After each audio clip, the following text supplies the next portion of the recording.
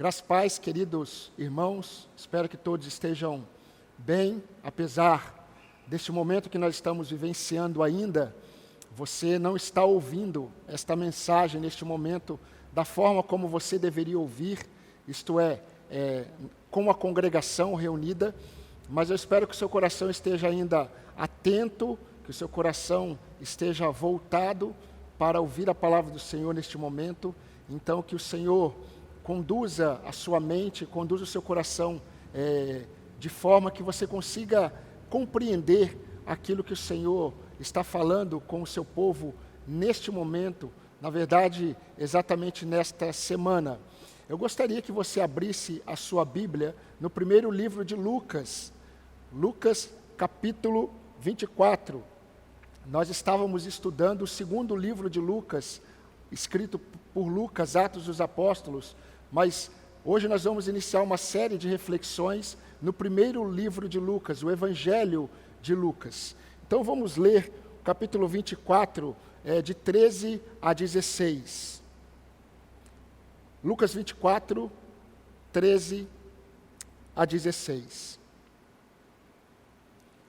Diz assim a palavra do Senhor, escrito por Lucas. Naquele mesmo dia, 2 discípulos estavam indo para uma aldeia chamada Emaús, que ficava a uns 10 quilômetros de Jerusalém, e iam conversando a respeito de tudo o que tinha acontecido. Enquanto conversavam e discutiam, o próprio Jesus se aproximou e ia com eles. Porém, os olhos deles estavam como que impedidos de o reconhecer. Queridos, existe uma festa judaica que é comemorada no mesmo período em que nós comemoramos a mesma festa, porém com uma outra perspectiva de fé, que é a chamada Pessa, ou a Páscoa. No sábado passado, deu-se início à Páscoa judaica, e ela está terminando exatamente hoje, no domingo. No cristianismo, hoje é o domingo de Páscoa. E nós sabemos que a Páscoa judaica não é a nossa Páscoa, pois o nosso Cordeiro Pascal é Cristo Jesus. E, infelizmente, os judeus não reconhecem Jesus Cristo como o Messias. Mas como no domingo passado nós terminamos uma série de reflexões nas narrativas de Atos, Atos capítulo 3 e Atos capítulo 4, hoje nós vamos iniciar uma série de reflexões pensando sobre esse contexto da ressurreição de Jesus Cristo no Evangelho de Lucas. Mas antes de nós darmos continuidade a essa reflexão, eu convido você a fechar os seus olhos e vamos falar com o nosso Deus, vamos pedir para que o Senhor, neste dia, que o Senhor fale aos nossos corações, de forma que nós possamos entender claramente a vontade do Senhor para nós. Vamos orar. Senhor, nosso Deus, nosso amado Pai, nós estamos, ó Pai, diante do Senhor, e nós glorificamos ao nome do Senhor, porque o Senhor é o nosso Deus, e o Senhor sonda as nossas mentes e os nossos corações. Ainda a palavra não nos chegou à boca, e o Senhor já conhece toda a palavra. Senhor Deus, nós glorificamos o Teu nome, porque nós não temos condições de fugir da Tua presença. E louvado seja o Teu nome, porque aonde o Teu povo está, o Senhor presente se faz. E nós queremos Te agradecer, porque neste momento, em que a Tua igreja, em tantos lugares, o Teu povo que está espalhado pela face da terra, muitos estão experimentando este contexto de ouvir a mensagem do Senhor. Mas nós ainda glorificamos o Teu nome, porque o Teu povo ainda pode ouvir a Tua palavra. A Tua palavra, ela não está presa. A Tua palavra, ela não está sendo, ó Pai, impedida de ser pronunciada. E eu quero pedir ao Senhor que, mais uma vez, a Tua palavra exposta possa alcançar o coração desse meu irmão, dessa minha irmã, que neste momento ouvirá a Tua mensagem. Senhor Deus, que o Senhor santifique a Tua igreja espalhada pela face da terra, que o Senhor santifique esta igreja local, para a glória do Teu nome. E eu peço ao Senhor essas bênçãos, no nome de Jesus, o nosso Salvador. Amém. Bem, queridos, nós estamos aqui, como eu disse, diante do contexto da ressurreição de Cristo. Mas nós precisamos pensar um pouco sobre o que está acontecendo. Certo homem, membro do Sinédrio, ele não concordava com aquilo que o Sinédrio decidiu em relação a Jesus Cristo, sobre o condená-lo e entregá-lo a Pilatos.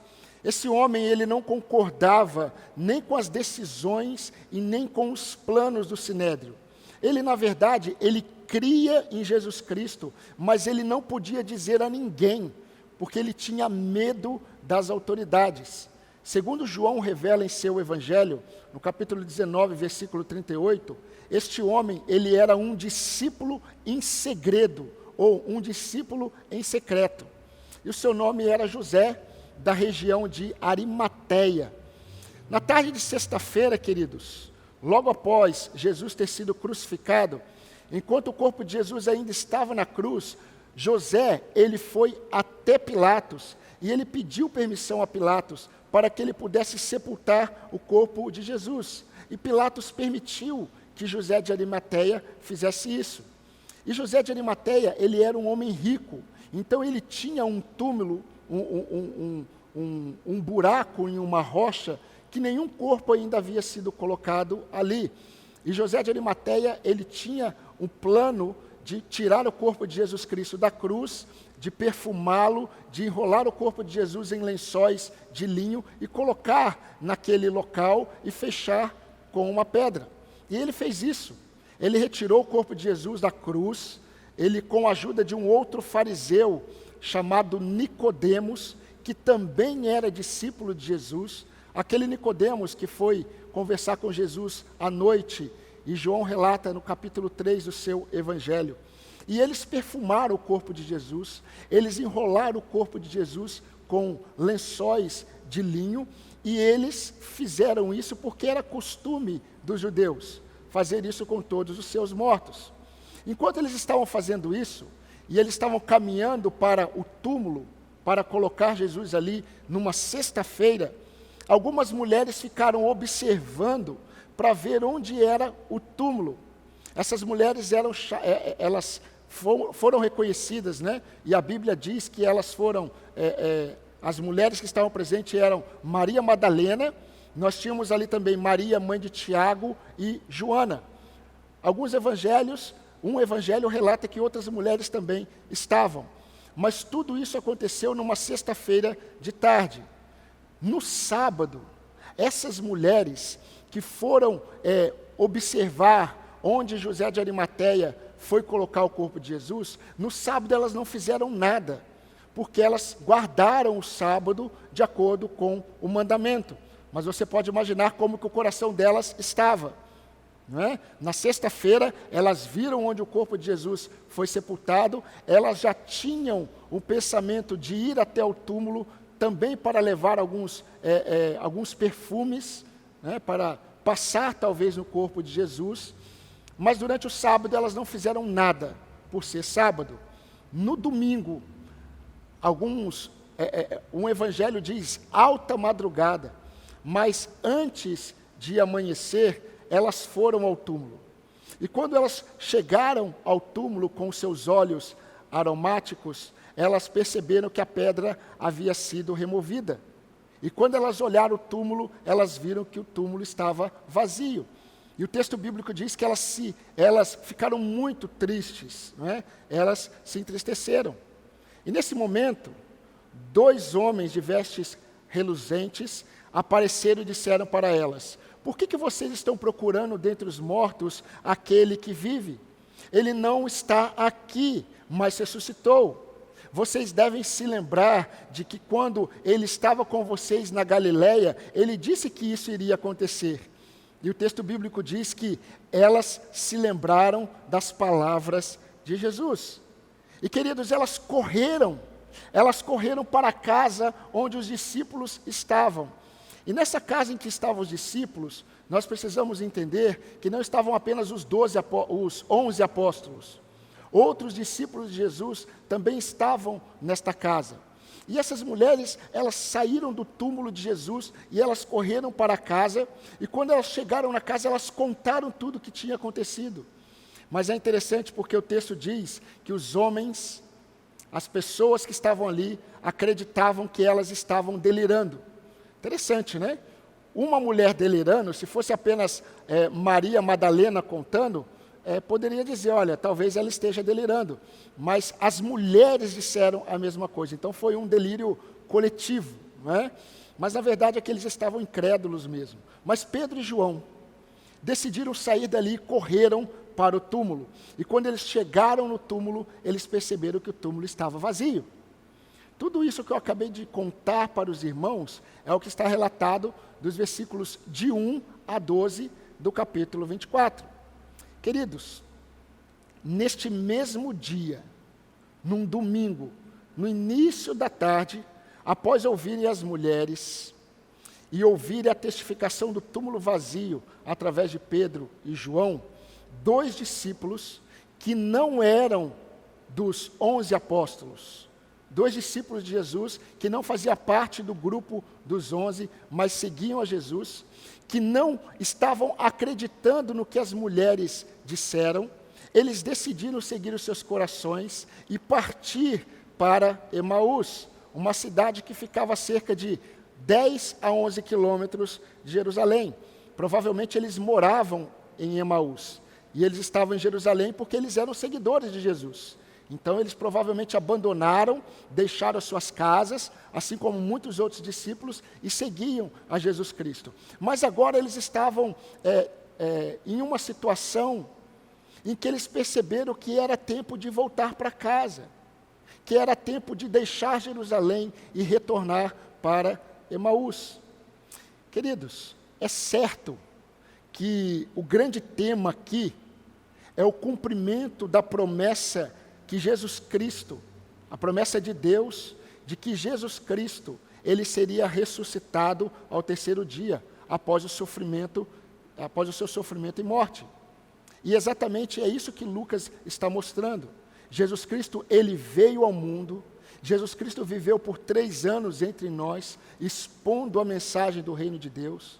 Ele sofreu nas mãos dos pecadores, ele morreu numa rude cruz, mas ao 3º dia ele foi ressuscitado pelo Espírito de Deus. E após aparecer aos seus discípulos e aparecer para muitos em Israel, ele foi elevado aos céus. E ele voltará em breve para julgar vivos e mortos e estabelecer o seu reino eterno. Isso é a essência do Evangelho. E não há como pensar em Evangelho, não tem como você falar do Evangelho se você falar apenas da cruz, do sofrimento de Cristo. A ressurreição, ela é o ápice do cumprimento do Evangelho, a grande esperança da igreja. Mas, meus irmãos, as narrativas bíblicas, elas são tão vívidas, porque elas não apenas revelam para nós as verdades de Deus, mas nós podemos nos identificar com os seus personagens. E, meus irmãos, nós tomamos decisões todos os dias. Na verdade, nós tomamos decisões o tempo todo, e nenhuma decisão que nós tomamos, ela é neutra. Ou nós seguimos o caminho dos homens, ou nós seguimos o caminho de Deus. Sabedores de que toda decisão, ela traz consigo consequências boas ou consequências ruins. Mas graças a Deus que todas as vezes que tomamos o caminho dos homens, o Senhor vem ao nosso encontro revelar a insensatez do nosso coração, a fragilidade da nossa fé, o privilégio do seu amor e a graça do retorno. E a partir de hoje, queridos, eu pretendo observar com os irmãos sobre o que estava nos corações desses 2 discípulos e observar como Deus, como Jesus Cristo, ele tratou e restaurou a fé deles diante dos últimos acontecimentos. E eu não tenho dúvida, queridos, que nós também nos identificaremos com esses 2 discípulos diante dos últimos acontecimentos que estamos vivenciando como igreja. Enquanto esses discípulos estão indo para Emaús, repleto de decepções e desânimo, Jesus começa a andar com eles. E é bom que nós observemos algo muito importante desta verdade. Nessa caminhada com Jesus, nós sempre experimentamos aquele conhecido processo de ter o nosso coração revelado e experimentar da revelação de Deus a nós. O tema que nós vamos utilizar durante esses próximos domingos é quando o meu coração segue para Emaús. Porque nós vamos perceber que o nosso coração, diante dos últimos acontecimentos, ele tem a tendência de deixar o lugar proposto por Cristo e seguir os lugares que nós muitas vezes achamos seguro, mas que estão longe do propósito do Senhor. E a lição que eu quero destacar hoje, meus irmãos, é apenas uma lição e que eu quero trabalhar alguns desdobramentos dessa verdade. Mas quando o meu coração segue para Emaús, o Senhor revela o meu discernimento espiritual na forma como eu interpreto os acontecimentos. Eu vou repetir. Quando o meu coração ele segue para Emaús, o Senhor revela o meu discernimento espiritual na forma como eu interpreto os acontecimentos. Olha o que diz os versículos 17 a 18.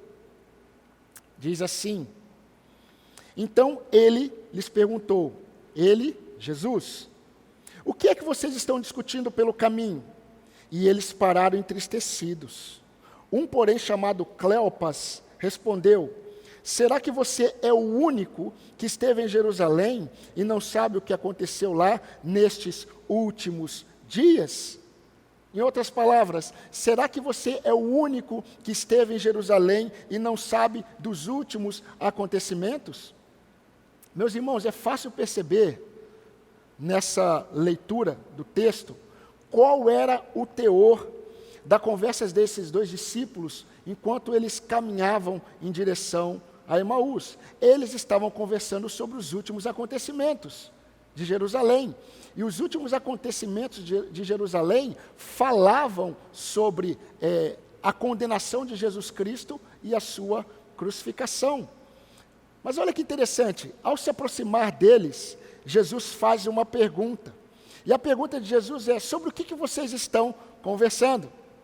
Eles param. Quando eles ouvem essa pergunta de Jesus, eles param admirados, mas eles estão admirados com a pergunta feita por Jesus Cristo, porque eles não estavam reconhecendo que era Jesus. A Bíblia diz que por algum motivo, eles estavam como que impedidos de reconhecer que era Jesus. Mas quando Jesus pergunta, sobre o que vocês estão conversando, eles param admirados e eles param tristes. E é interessante a resposta deles. Eles olham para Jesus e dá para perceber meio que uma indignação, e eles dizem assim: será que você é o único viajante, visitante, que esteve em Jerusalém e não sabe o que aconteceu lá nesses últimos dias? Com certeza eles não sabiam com quem eles estavam falando, né? Somente cegos podem falar dessa forma com Deus, não é? Mas eles estavam impedidos. Mas é interessante, queridos, a resposta que eles deram, e quem deu a resposta, Lucas ele registra que foi um homem chamado Cleopas, ou Cleopas, não é? A resposta que esse discípulo deu a Jesus mostrou não apenas o teor da conversa deles, mas mostrou o teor do sentimento deles. O texto fala no versículo 17, no final, que eles ficaram tristes com essa pergunta.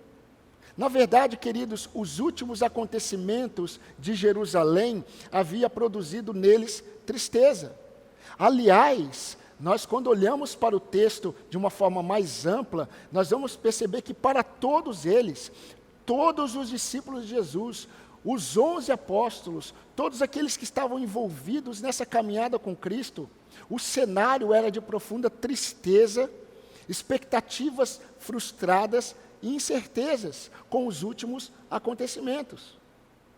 E eu não tenho dúvidas que os últimos acontecimentos também têm produzido hoje, em muitos discípulos de Cristo, profunda tristeza. Também sentimentos de incertezas, talvez expectativas frustradas. Talvez os últimos acontecimentos da sua vida estão produzindo em você exatamente esses sentimentos. Tristeza, expectativas frustradas, desânimo, talvez decepção e muitas incertezas. Mas, queridos, o Senhor sempre considera a realidade do nosso coração. O Senhor, Ele sempre considera a nossa realidade humana, as nossas fraquezas, as nossas tristezas, as nossas dores, os nossos sofrimentos, as nossas preocupações, as nossas ansiedades.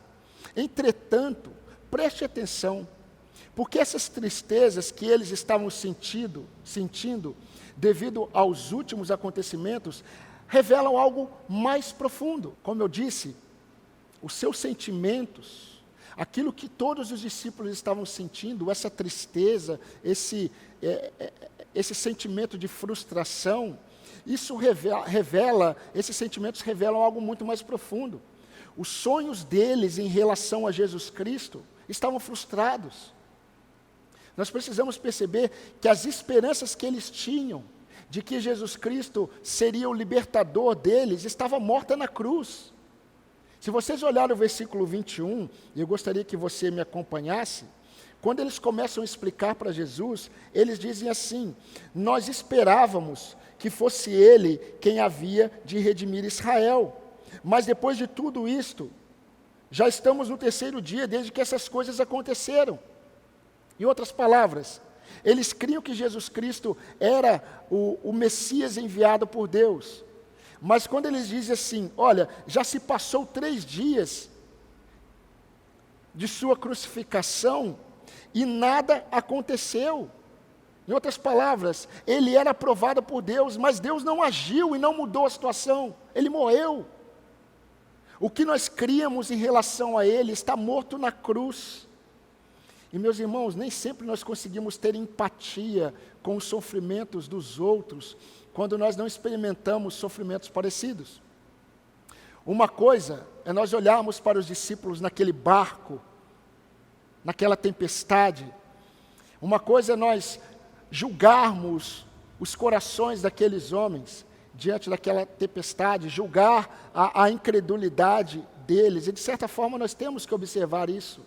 Mas uma coisa muito diferente é quando você está no barco junto com eles, imaginando a profundidade daquele local em que eles estavam, sentindo a força do vento, ouvindo os trovões, os relâmpagos e percebendo que o cenário seria de caos.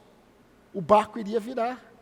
Uma coisa é quando você olha de fora, outra coisa é quando você está olhando dentro da tempestade, sentindo tudo o que a tempestade nos mostra. Nós podemos imaginar a tristeza de Maria, mãe de Jesus, neste exato momento em que o filho dela foi crucificado. Vocês devem se lembrar que quando Maria e José eles levam Jesus ao templo, um homem chamado Simeão, aquele ancião, ele se alegra diante de Deus porque ele reconhece que Jesus Cristo é o Messias prometido. E quando ele exalta a Deus por ter enviado Jesus Cristo, ele olha para os pais de Jesus e diz assim, olha, este menino, ele será tanto para a exaltação de muitos em Israel, como para a ruína de muitos. E ele olhou para Maria e disse assim, uma espada ferirá a tua alma. Em relação a esse menino, uma espada, Maria, ferirá a tua alma. E é nesse exato momento em que essa espada está atravessando a alma de Maria. Maria também está triste, está abatida. Nós podemos imaginar como foi o sábado daquelas mulheres. Elas viram José de Arimateia levando o corpo de Jesus Cristo para o túmulo. E elas estavam desejosas de ir ali, pelo menos fazer uma última oferta a Jesus Cristo, mesmo que seja diante do seu corpo. E elas, durante o sábado, elas não poderiam fazer isso. E elas aguardaram o sábado todo. Você pode entender por que elas foram em alta madrugada Na madrugada de domingo, elas foram até lá. Elas acreditavam. Quando elas chegaram até lá e não viram o túmulo, elas acreditavam que haviam levado o corpo de Jesus para outro lugar, e elas se entristeceram. Elas ficaram tristes. Meus irmãos, nós podemos imaginar a tristeza de todos os apóstolos, de todos os discípulos, principalmente o coração de Pedro. Pedro, a última experiência que ele teve visual com Cristo foi naquela fogueira, em que ele nega Cristo e Cristo olha do cenáculo, Jesus Cristo olha para ele, Jesus fita Pedro e Pedro chora amargamente. Foi a última experiência que ele teve. Mas eu quero mostrar para vocês que quando nós observamos todo esse cenário, nós precisamos perceber que eles, todos eles, estavam com esse sentimento de desânimo, frustração, de sonhos acabados. Segundo Marcos, o Evangelho de Marcos, quando essas mulheres foram correndo anunciar que elas viram o túmulo vazio, Marcos registra que os demais discípulos e os apóstolos estavam tristes e choravam. Meus irmãos, quando Jesus Cristo, ele se aproxima desses dois discípulos no caminho de Emaús, Jesus faz uma pergunta e Jesus sabe o que seria exposto na resposta. Quando Jesus pergunta sobre o que vocês estão conversando, Jesus ele sabe o que seria exposto. E ao fazer isso, o Senhor expôs o discernimento deles na forma como eles estavam interpretando os últimos acontecimentos. Vejam, esses sentimentos eram reais. Porém, queridos, eles não precisariam passar por isso se eles estivessem buscando olhar nas Escrituras o que os profetas haviam escrito. O que eu estou querendo dizer é que o sentimento de tristeza de todos os discípulos eram sentimentos legítimos, sentimentos reais. Mas o que nós vamos perceber é que eles estavam passando por isso porque eles não estavam conseguindo interpretar os acontecimentos à luz das Escrituras. E por mais que Jesus Cristo considere toda a nossa fraqueza, toda a nossa humanidade, toda a nossa fragilidade, e Jesus Cristo estava considerando isto aqui, não foi à toa que Jesus foi até esses dois, né? Jesus foi até esses dois, porque apenas esses dois deixaram Jerusalém, foram os primeiros que deixaram, não é? Mas preste atenção no versículo 25, a forma como Jesus trata isso. O texto diz: então Jesus lhes disse: como vocês são insensatos e demoram para crer em tudo o que os profetas disseram. Meus irmãos, os sentimentos que nos abatem, normalmente, eles são causados por uma interpretação equivocada dos acontecimentos. E essa interpretação equivocada dos acontecimentos ocorre porque nós não conseguimos enxergar as coisas na perspectiva de Deus revelada em sua palavra. Isso mesmo. Muitos dos nossos sofrimentos são devido à falta de discernimento dos fatos segundo a palavra de Deus. Vocês se lembram quando Asaf escreveu o Salmo 73? Asaf, naquele salmo, ele diz assim: do que me adiantou andar em integridade diante de Deus? Ele estava olhando a prosperidade dos homens ímpios, e ele provavelmente estava passando por um momento muito difícil, e ele começou a questionar a fidelidade dele a Deus.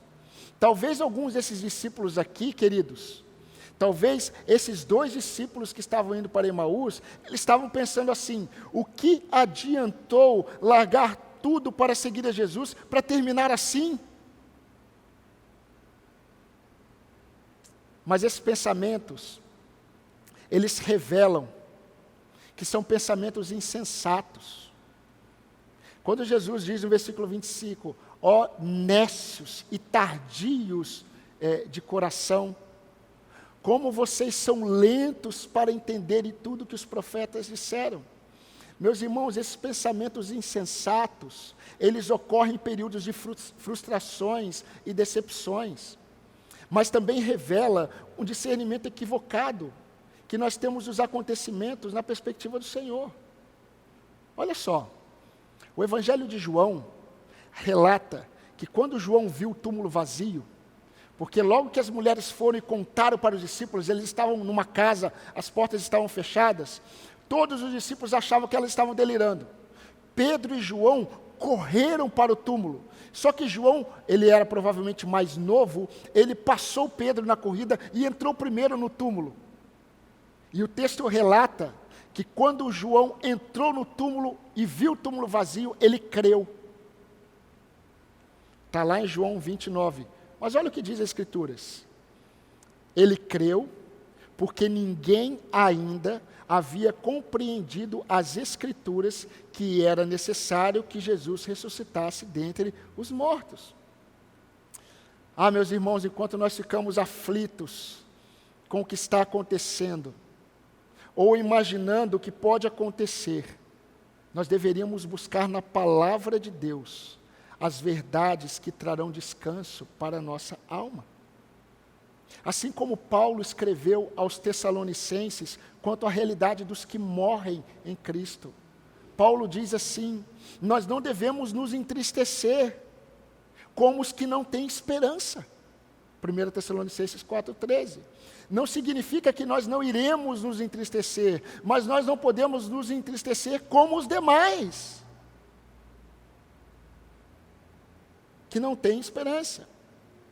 Mas mesmo assim, o Senhor, Ele surge como resposta às nossas frustrações.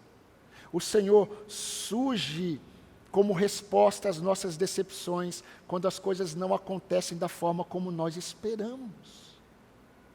As frustrações e decepções, elas só são realidades no nosso coração, porque as coisas não estão acontecendo da forma como nós esperávamos.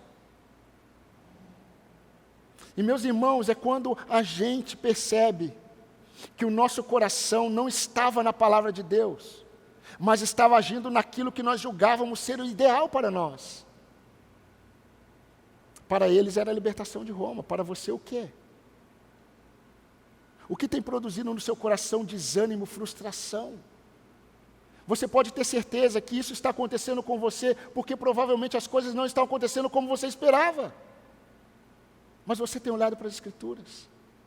Muito das nossas tristezas, decepções, frustrações, elas são reais, porque nós somos frágeis, sim, mas é porque nós não estamos conseguindo interpretar os acontecimentos, os últimos acontecimentos, na perspectiva do Senhor. Mas a nossa perspectiva. Meus irmãos, muitas vezes, nós julgamos que a porta está fechada para nós. Mas, na verdade, a porta fechada não significa que o Senhor está impedindo que a gente passe. O Senhor talvez esteja mostrando que Ele não quer que a gente passe por esta porta, por esse caminho. Ele quer que passemos talvez por outro. Então a porta fechada muitas vezes é livramento do Senhor, não é impedimento. Ele só está querendo desviar você do caminho que você está seguindo. Porque nós não conseguimos interpretar muitas vezes os acontecimentos na perspectiva de Cristo. Meus irmãos, enquanto muitos crentes estão pensando hoje que as portas estão fechadas para nós, porque o inimigo está fazendo isso, eu prefiro crer na palavra de Deus, que não existe nenhuma criatura no céu e na terra que não esteja submissa ao poder de Cristo. Ele é Senhor de reino e nações. Ele é Senhor dos últimos acontecimentos. Ele é Senhor dos últimos acontecimentos da sua vida, da minha vida. Você crê nisso? Mas não é interessante? Eu acho muito interessante quando Lucas registra o detalhe. No versículo 15, Lucas diz que quando eles estavam caminhando, discutindo sobre os últimos acontecimentos, o texto fala que o próprio Jesus se aproximou e começou a caminhar com eles. Não é interessante essa expressão, o próprio Jesus? O próprio Jesus, porque o próprio Jesus sabia que de todos os seus discípulos, 2 estavam abandonando e estavam voltando para suas casas. Estavam totalmente perplexos. E quando eles disseram para Jesus: você é o único que esteve em Jerusalém, que não sabe o que aconteceu? Queridos, é impressionante a didática do nosso Senhor. Quando eles param entristecidos diante da pergunta de Jesus, e a pergunta de Jesus qual foi? Vocês estão conversando sobre o quê? E eles param tristes, e eles olham para Jesus, e um só, eu acho que mais indignado, Cleopas, ele olha para Jesus e diz assim: você é o único, onde você estava? Você é o único que esteve em Jerusalém e não sabe dos últimos acontecimentos? Jesus poderia ter recebido assim: ah, sim, é claro que eu sei. Sobre a crucificação de um homem chamado Jesus, sim, eu fiquei sabendo. Jesus não faz isso. O versículo 19 diz que Jesus, ele responde de uma outra forma. Jesus responde assim: do que se trata? Em outras palavras, contem-me vocês. Falem. O que vocês têm a dizer? E um detalhe interessante que eu quero reforçar é que no versículo 16 diz que os olhos deles estavam como que impedidos de reconhecer Jesus. Deixa eu fazer uma pausa aqui, queridos. Eu creio que muitas vezes, para que nós possamos entender de fato, nós precisamos passar por um tempo sendo impedidos de enxergar. Eu creio que isso é necessário. E meus irmãos, assim, o Senhor, Ele trata o meu coração, revelando a mim mesmo o que ainda eu não entendi. E o que Jesus queria que eles soubessem sobre eles mesmos, que eles não estavam entendendo? E meus irmãos, o versículo 19 explica para nós. O que Jesus está mostrando para eles, quando Jesus deixa que eles contem sobre os últimos acontecimentos, porque você acha que Jesus Cristo não sabia dos últimos acontecimentos em Jerusalém? Ele esteve na cruz. Ele passou por tudo. Quando Cleopas diz assim: você não sabe o que aconteceu?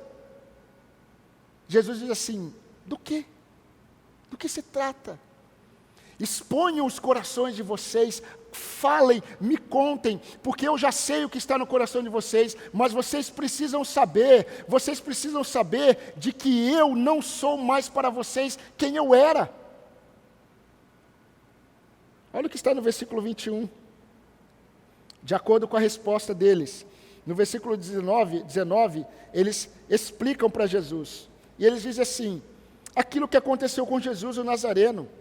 Preste atenção na conjugação do verbo, que era profeta, poderoso em obras e palavras diante de Deus e de todo o povo. E como os principais sacerdotes e as nossas autoridades o entregaram para ser condenado à morte e os crucificavam. Nós esperamos que ele fosse. É interessante. O que está acontecendo aqui, meus irmãos, é que Jesus não era para eles. Aquilo que Jesus foi para eles, Jesus não era mais. Eles dizem assim: era profeta, ele era poderoso em obras, ele era poderoso em palavras diante de Deus, ele era, ou seja, já não é mais. Você pode imaginar Jesus ouvindo isso? Jesus está percebendo a realidade do coração deles. Para eles toda a esperança se foi. Para eles a frustração era a realidade. Para eles o desânimo, os sonhos estavam totalmente por terra. E seria importante perguntarmos para nós mesmos: será que os últimos acontecimentos têm alterado a sua visão em relação a Jesus? Será que durante os últimos acontecimentos Jesus tem sido para você o que você sempre disse que Ele foi? Será que você ainda tem esperança que Ele é o seu Salvador, Senhor, sustentador e supremo pastor de sua alma? Meus irmãos, eu creio que existem pelo menos 3 razões principais que nós podemos perceber que explicam o motivo ou os motivos pelos quais esses discípulos estavam impedidos de enxergar. E eu gostaria de pensar rapidamente com vocês sobre essas 3 razões. A primeira razão pela qual esses discípulos estavam impedidos de enxergar, eu creio, foi pela falta de observação da palavra de Deus já deixada para eles. Como diz o versículo 25. É o que Jesus vai mostrar para eles. Olha, vocês são tardios para crer em tudo o que os profetas disseram. Eles não observaram a palavra de Deus que Deus havia deixado por meio dos profetas. Deixa eu tentar ser um pouco mais prático aqui. Meus irmãos, é importante, por exemplo, ter livros. É importante ter muitos livros. Mas melhor ainda é você ler os livros que você já tem. É importante ter filhos. Mas mais importante do que ter filhos é você educar os seus filhos nos caminhos do Senhor. E isso não significa apenas passar instruções sobre o Senhor, mas principalmente demonstrar um testemunho de alguém que anda com Cristo. Melhor, mais importante do que ter recursos, é administrá-los de modo que agrade ao Senhor.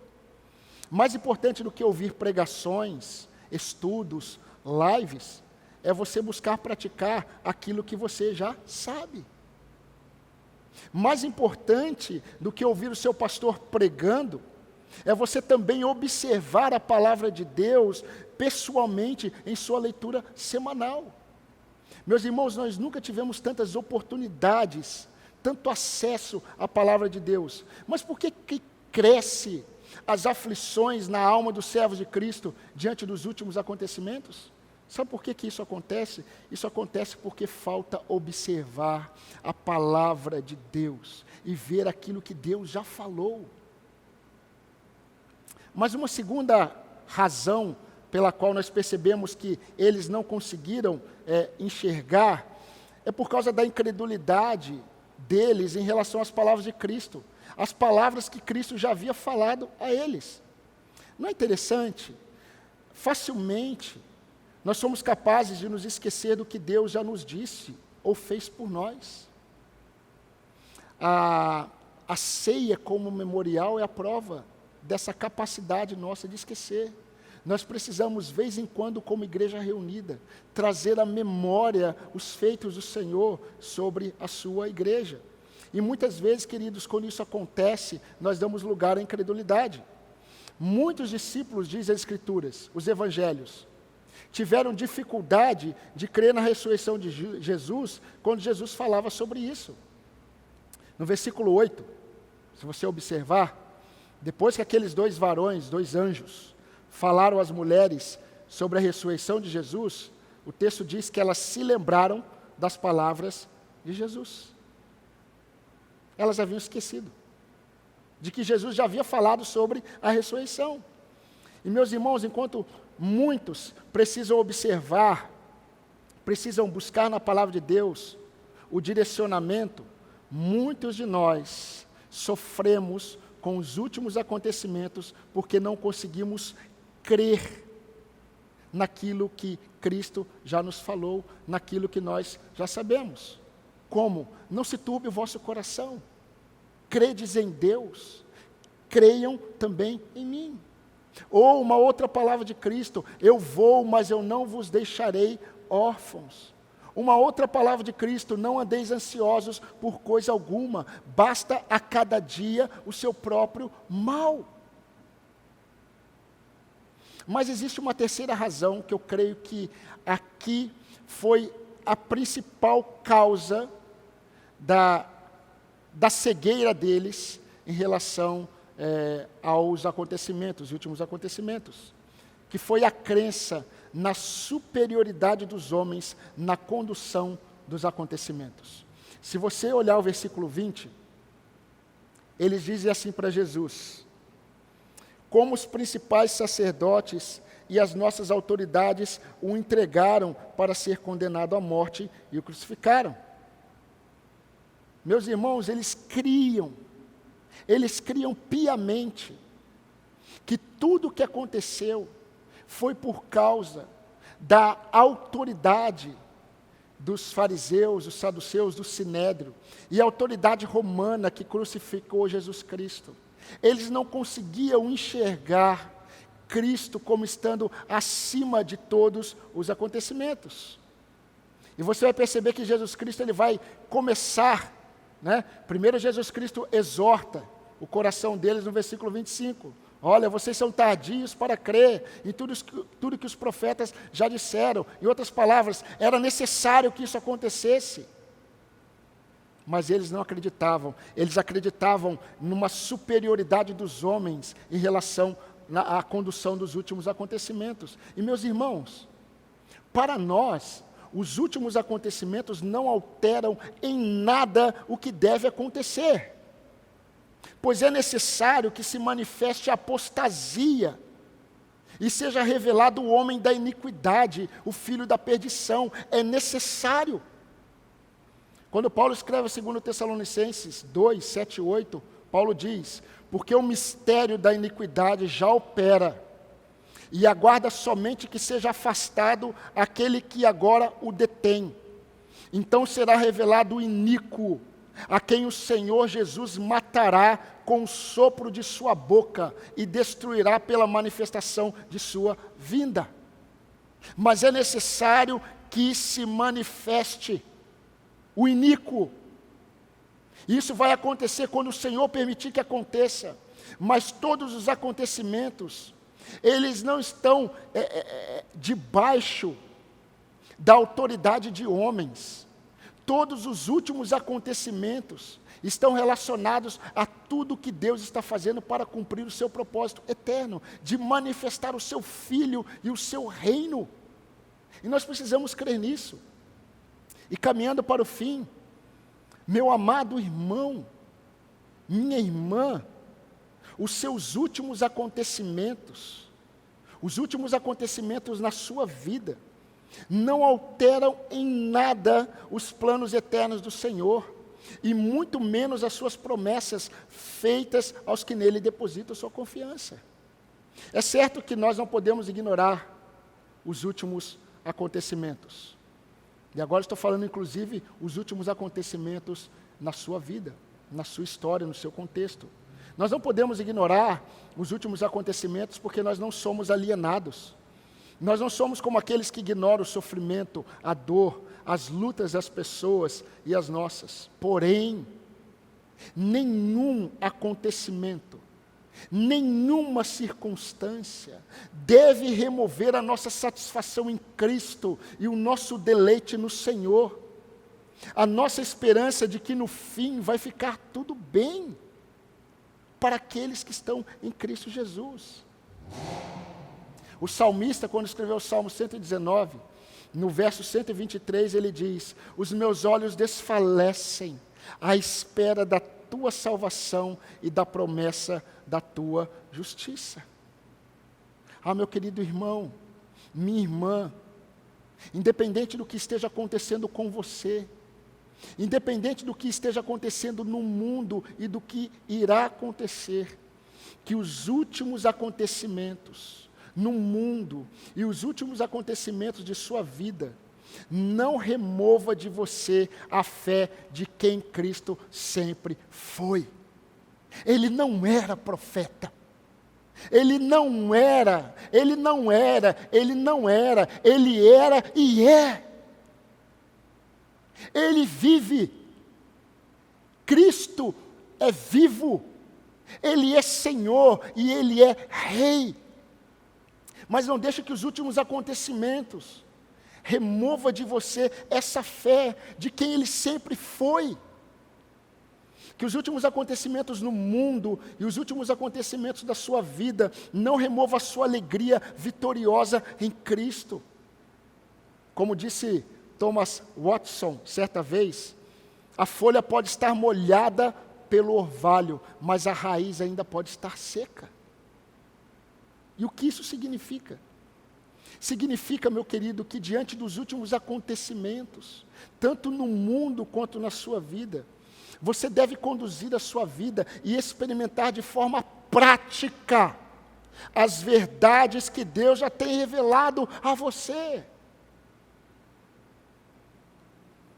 Muitas vezes a verdade que Deus revelou a você é como um orvalho que molhou apenas as folhas. Quando as pessoas olham, as folhas estão molhadas com a verdade, mas a raiz ainda está seca. Porque quando os últimos acontecimentos, eles estão diante de você, você não consegue se lembrar, você não consegue observar a palavra de Deus, você não consegue descansar no que Deus já falou a você. E Deus deseja que você experimente. Diante dos últimos acontecimentos, é tempo de você experimentar o que você diz crer. Nos últimos acontecimentos da sua vida, é tempo de você experimentar aquilo que você sempre disse sobre o Senhor. Ele é Senhor. Se tudo foi criado por meio de Jesus e para Ele, nós precisamos ver todas as coisas criadas, em cada detalhe, na perspectiva de um relacionamento com Cristo. Meus irmãos, os filhos de Sião devem ser como o monte de Sião, que não se abala, mas permanece para sempre. Aqueles que estão em Cristo, eles não perdem a esperança, pois a nossa esperança, ela não é um conceito e muito menos um sentimento. A nossa esperança é uma pessoa, e é uma pessoa que está viva e reina soberanamente sobre todas as coisas. Inclusive, sobre os últimos acontecimentos do seu coração. Que Deus preserve a sua mente. E nós vamos caminhar nesse texto, e nós vamos perceber como Deus restaurou em Cristo o coração desses discípulos. E nós vamos perceber que no final dessa caminhada, o coração deles estava ardendo por Cristo Jesus. E os sonhos deles despertado, porque eles reconheceram que Jesus Cristo vive para todo sempre. E que essa seja a verdade na sua vida, não apenas essa semana, mas até a volta do nosso Senhor. Que Deus te abençoe. Amém.